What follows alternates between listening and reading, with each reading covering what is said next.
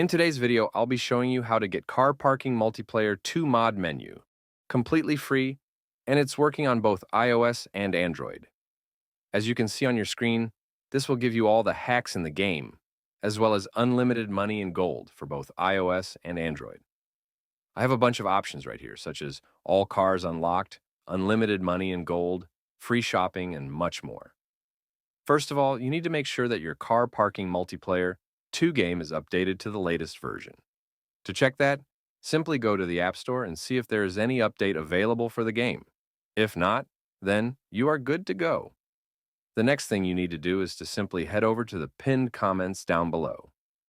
There, I explain exactly where you can get Car Parking Multiplayer 2++. So, just head over to the pinned comments, leave a like if this method worked for you at the end, and that's it. See you all in the next video. Bye-bye.